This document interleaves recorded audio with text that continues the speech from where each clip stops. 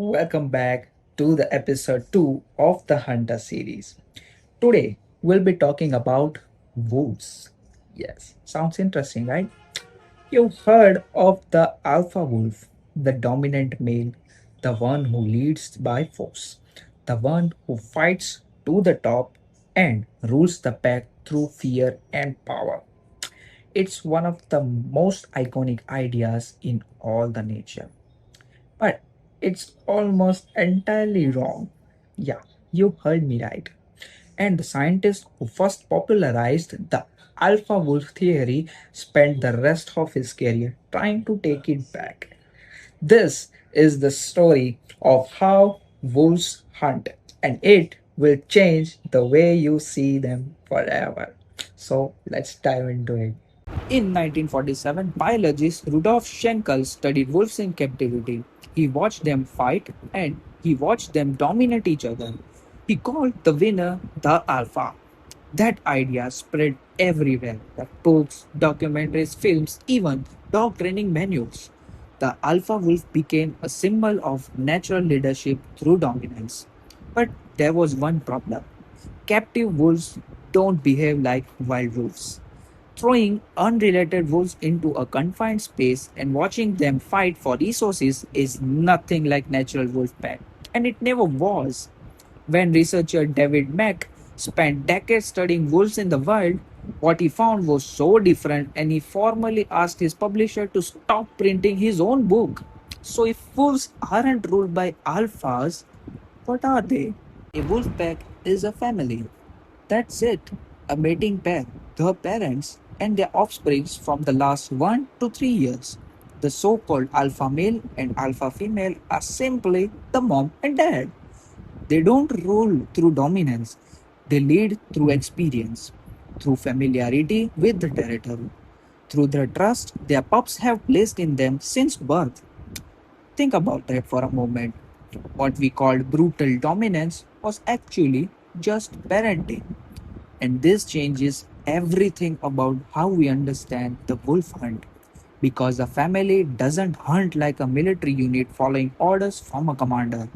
A family hunts together with rules, with cooperation, with something that looks remarkably like care. When a wolf pack hunts, it is masterclass in coordinated strategy. First, they test. The pack approaches a herd and deliberately provokes a reaction. They watch how the animals respond. Who hesitates? Who stumbles? Who doesn't run quite right? They are not picking the weakest animal by sight. They are forcing the herd to reveal it. Once the target is identified, the chase begins. But wolves at top speed can only sustain a sprint for about 300 meters. Prey animals can run for much longer, so wolves use relay hunting.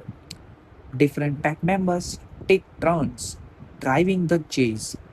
One wolf pushes hard, forcing the prey to turn directly toward another wolf waiting ahead. The prey burns energy trying to escape. The pack barely breaks a sweat.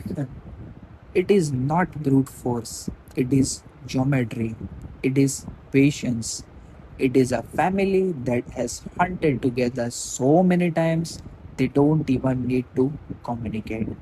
They just know. Here is what makes the wolf hunt unlike any other predator. The kill is not the end, it's the beginning. Wolves carry food back, they regurgitate meat for the pups too young to hunt. Older siblings babysit while parents rest. Pack members that were injured and couldn't hunt still get fed.